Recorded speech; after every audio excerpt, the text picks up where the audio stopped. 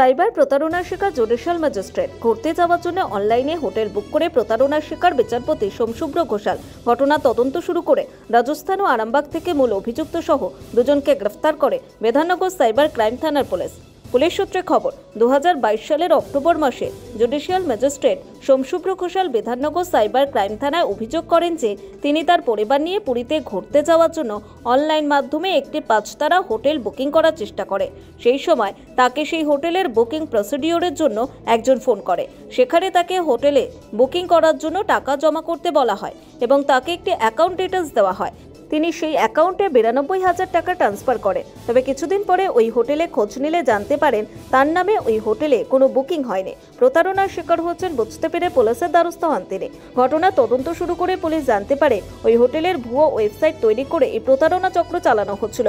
এরপরই টাকা কোন অ্যাকাউন্টে জমা পড়েছে সেই সূত্র ধরে রাজস্থানের ভরতপুর এলাকায় হানা দেয় পুলিশ। সেখান থেকেই এই ঘটনার মূল অভিযুক্ত প্রেমচাঁদকে গ্রেফতার করে পুলিশ।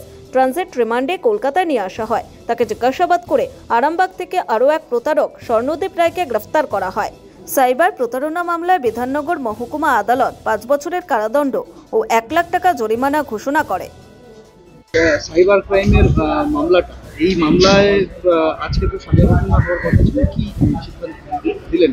আমাদের 419-এ 1 বছর অনাদায় 5,000 টাকা ফাইন, অনাদায় 1 মাস জেল, 420-র জন্য 2 বছর সাজা এবং অনাদায় 10,000 টাকা ফাইন, অনাদায় 2 মাস জেল, 467-এর জন্য 5 বছর সাজা, 50,000 টাকা ফাইন, অনাদায় 1 বছর জেল, 468-এর জন্য 2 বছর সাজা, 10,000 টাকা ফাইন, অনাদায় 2 মাস জেল, 469-এর জন্য 2 বছর সাজা, 10,000 টাকা ফাইন, অনাদায় 2 মাস জেল, 467-এর জন্য 3 বছর সাজা, অনাদায় 20,000 টাকা ফাইন এবং অনাদায় 6 মাস জেল, এবং 120-বির জন্য 3 বছর সাজা, 30,000 টাকা ফাইন, অনাদায় 3 মাস জেল।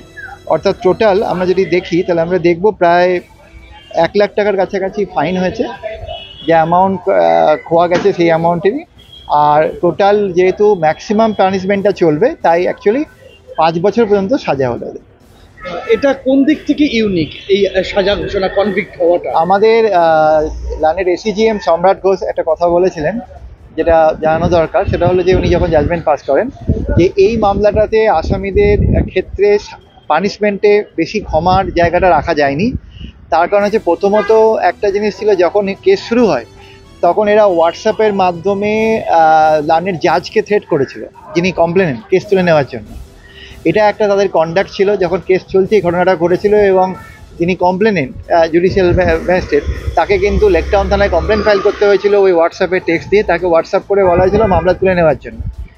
এছাড়া সাবসিকুয়েন্টলি যেটা দেখা যাচ্ছে, যে এই যে ভরতপুর গ্যাং, এর যে একটা সুদূর প্রসারী এফেক্ট, এটা হয়তো হতে পারে কোথাও একটা টিপ অফ দ্য আইসবার্গ, যিনি উনি বলেছেন যেটা, কিন্তু সেটা যদি একটা মানে ঠিকমতো পানিশমেন্ট না হয়, তাহলে সোসাইটিতে কিন্তু একটা রং মেসেজ যাবে। এবং সেই জন্য একটা ম্যাজিস্ট্রেট ট্রায়াল কেসের ক্ষেত্রে 5 বছরের সাজাটা যথেষ্ট আমাদের মনে হয়। এদের যেহেতু বয়স কম, তাই 5 বছরের মধ্যে উনি হয়তো সাজাটাকে লিমিটেড রেখেছেন। এই প্রথম কি কোনো কনভিকশন হলো এই ধরনের সাইবার ক্রাইমের ক্ষেত্রে? দেখো, প্রথমত বলি যে ভরতপুর গ্যাংয়ের ক্ষেত্রে, ভরতপুর গ্যাং তো পুরো সারা ভারতবর্ষ জুড়ে ক্রাইম করে বেড়াচ্ছে। মানে এখন ক্রাইমের দিক থেকে নাম্বার 1 জানতারাকেও ছাপিয়ে গেছে ভরতপুর গ্যাং।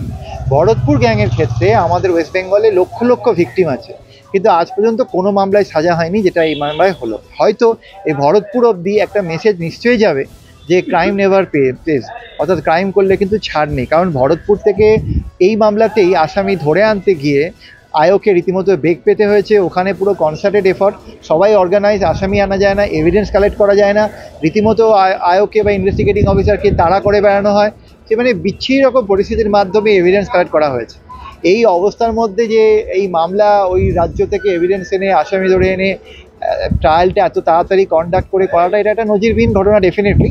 আর সবচেয়ে বড় জিনিস হচ্ছে যে এই ধরনের ক্রাইমের ক্ষেত্রে এটা একটা প্রথম বলা যেতে পারে, কারণ ভরতপুর গ্যাংকে কিন্তু ধরা ভারতবর্ষের কোনো স্টেটই পাচ্ছিল না। এটাই ভরতপুর গ্যাংয়ের ক্ষেত্রে আমার মনে হয় ইন্ডিয়াতে প্রথম কনভিকশন হলো, কারণ ভরতপুর গ্যাংয়ের ক্রাইমে প্রচুর মামলায় তারা কানেক্টেড, কিন্তু সাজা তাদের কোনো কেসেই হয় না।